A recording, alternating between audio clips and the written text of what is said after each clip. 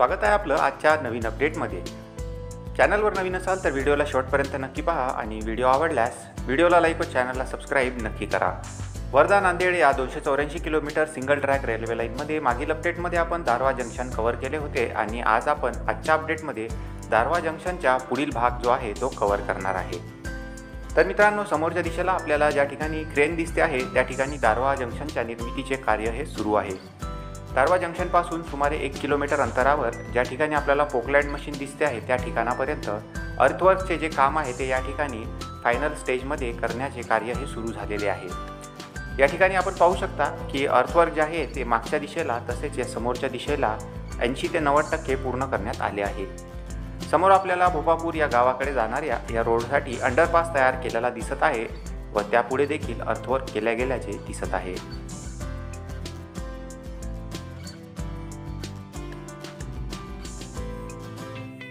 तर मित्रांनो, ज्या ठिकाणी आपल्याला पिवळा बोर्ड दिसतो आहे त्या ठिकाणी जुन्या काळी शकुंतला रेल्वे लाईनचे क्रॉसिंग हे अस्तित्वात होते आणि आता या भोपापूरकडे जाणाऱ्या या रोडसाठी अंडरपास हा तयार करण्यात आला आहे।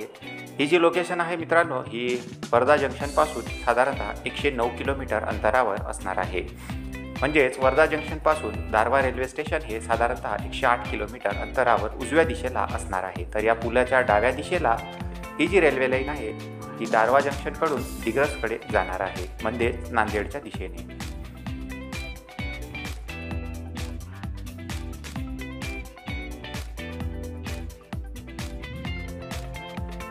तर मित्रांनो, आपल्याला समोर दारवा जंक्शन जवळ ज्या ठिकाणी पुलाच्या निर्मितीचे कार्य आहे त्या ठिकाणी क्रेन ही उभी असल्याचे दिसून येत आहे। त्या ठिकाणी ब्रिजवर गर्डर लॉन्चिंगचे काम हे सुरू आहे।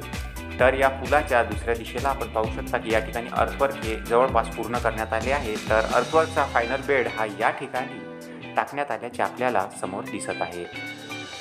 तर मित्रांनो, या ठिकाणी मागील लोकेशनवर आपण जेव्हा अपडेट घेतला होता तेव्हा या ठिकाणी हे जे स्ट्रक्चर आहे हे तयार केलेले नव्हते, परंतु आजच्या दिवशी या ठिकाणी हे एक स्ट्रक्चर या ठिकाणी तर असेच एक दुसरे स्ट्रक्चर समोरच्या दिशेला तयार केलेले आपल्याला दिसत आहे। या ठिकाणावरून रेल्वे लाईन ही डाव्या दिशेने वळण घेत दिग्रसच्या दिशेने जाणार आहे। या ठिकाणावरून मागच्या दिशेला दारवा जंक्शन 1 किलोमीटर तर दिग्रस रेल्वे स्टेशन हे साधारणतः 35 किलोमीटर अंतरावर समोर असू शकेल। आणि या दिशेला पाहू शकता आपण की या ठिकाणी पाऊस हा चांगल्या प्रमाणात काही दिवसांमध्ये झाल्यामुळे समोर आपल्याला पाणी साचलेले देखील दिसत आहे। तर जुन्या काळच्या अस्तित्वात असणाऱ्या शकुंतला रेल्वे लाईनच्या ट्रॅकपर्यंत या ठिकाणी अर्थवर्क जे आहे ते या ठिकाणी करण्यात येणार आहे। समोर आपण पाहू शकता की वर्धा नांदेड रेल्वे लाईन ही या ठिकाणावरून डावीकडे वळण घेऊन दारवा कारंजा या रस्त्याला क्रॉस करून जाणार आहे। मित्रांनो, गेल्या काही दिवसांमध्ये या वर्धा नांदेड रेल्वे लाईनचे कार्य हे फार जोमाने करण्यात येत आहे। समोर आपण पाहू शकता की एका मोठ्या नाल्यावर पुलासाठी गर्डर लॉन्चिंग केल्या गेली आहे। तसेच समोर जो आपल्याला गर्डर दिसतो आहे हा दारवा कारंजा रस्त्यावरील पुलावरील गर्डर आहे। त्या ठिकाणी देखील लॉन्चिंग पूर्ण केल्या गेली आहे। त्यामुळे आता या ठिकाणी केवळ स्लॅब कास्टिंगचे कार्य होऊन पुलाच्या निर्मितीचे कार्य हे पूर्ण होणार आहे आणि येत्या काही दिवसांमध्ये या ठिकाणचे काम हे 100% पूर्ण केल्या जाईल। याबद्दल आपले काय मत आहे ते कमेंटमध्ये जरूर कळवा।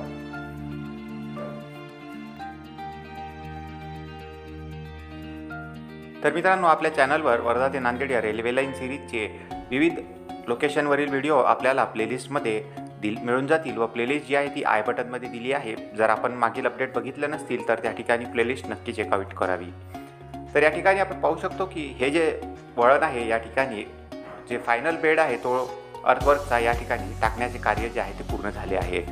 त्यामुळेच समोर पुलाच्या निर्मितीचे कार्य झाल्यानंतर या ठिकाणी केवळ आणि केवळ ट्रॅकलिंगचे जे काम आहे ते बाकी असणार आहे। तर मित्रांनो, हे जे वळण आहे या ठिकाणी आपण पाहू शकता की समोर जो मॅप दिला आहे त्यामध्ये काळ्या रंगाची रेल्वे लाईन दाखवली आहे ती हावडा मुंबई लाईन आहे आणि हिरव्या रंगातली लाईन ही वर्धा जंक्शनपासून नांदेडकडे जाणारी आपली रेल्वे लाईन असणार आहे। तर दारवा जंक्शनवरून जी लाल रंगात दिसत आहे ती शकुंतला रेल्वे लाईन आहे आणि शकुंतला रेल्वे लाईनचा ब्रॉडगेजचा DPR मूर्तिजापूर ते अचलपूर यांच्या दरम्यान मंजूर झाला आहे। तर दारवा जंक्शन ते मूर्तिजापूरपर्यंतचा जो DPR आहे तो पूर्ण तयार केला गेला आहे व रेल्वे बोर्डापुढे ठेवण्यात आला आहे। त्याला देखील लवकरच मंजुरी मिळेल अशी अपेक्षा करूया। त्यानंतर दारवा जंक्शनपासून थेट हावडा मुंबई लाईनला ही रेल्वे लाईन मूर्तिजापूर जंक्शनमार्फत ब्रॉडगेज लाईनमध्ये पूर्णपणे जॉईन केल्या जाणार आहेत. तर या ठिकाणची वळण घेऊन जी वर्धा नांदेड रेल्वे लाईन आहे सरळ दिशेत जाऊन समोर आपल्याला ज्या ठिकाणी डोंगर कापल्याचे दिसत आहे त्या ठिकाणावरून दिग्रसच्या दिशेला जाणार आहे. आणि समोर जे डोंगर आहेत हे या ठिकाणावरून 7 ते 8 किलोमीटर अंतरावर असणार आहे. तर मित्रांनो, या ठिकाणचे जे वळण आहे ते काही दिवसांमध्येच किंवा काही येत्या वर्षांमध्येच जंक्शन पॉईंट म्हणून नावारूपास येणार आहे. या ठिकाणावरून एक लाईन नांदेडकडे तर दुसरी मूर्तिजापूर कारंजाकडे जाणार आहे. तर मित्रांनो, या ठिकाणचे हे जे सिमेंटचे स्ट्रक्चर आहे हे नेमके कशासाठी तयार केले गेले आहे याबद्दल आपल्यास माहिती असल्यास कमेंटमध्ये जरूर कळवावी. तर या ठिकाणचे आता फायनल बेडचे काम पूर्ण होत आल्यामुळे लवकरच या ठिकाणी देखील येत्या नवीन वर्षामध्ये ट्रॅकलिंगचे काम हे सुरू झालेले आपल्याला पाहावयास मिळू शकते. तर या ठिकाणी साईडचे जे काम आहे स्लोपचे काम हे लवकरच या ठिकाणी पूर्ण केल्या जाणार आहे. त्यानंतर येत्या 6 ते 8 महिन्यामध्ये दारवा रेल्वे जंक्शन देखील नव्या स्वरूपात तयार झालेले आपल्याला दिसून येईल. त्यानंतर ही रेल्वे लाईन या दिशेला म्हणजेच या ठिकाणावरून डावीकडे वळण घेऊन दिग्रस त्यानंतर पुसद तसेच उमरखेड मार्गे नांदेडकडे जाणार आहे.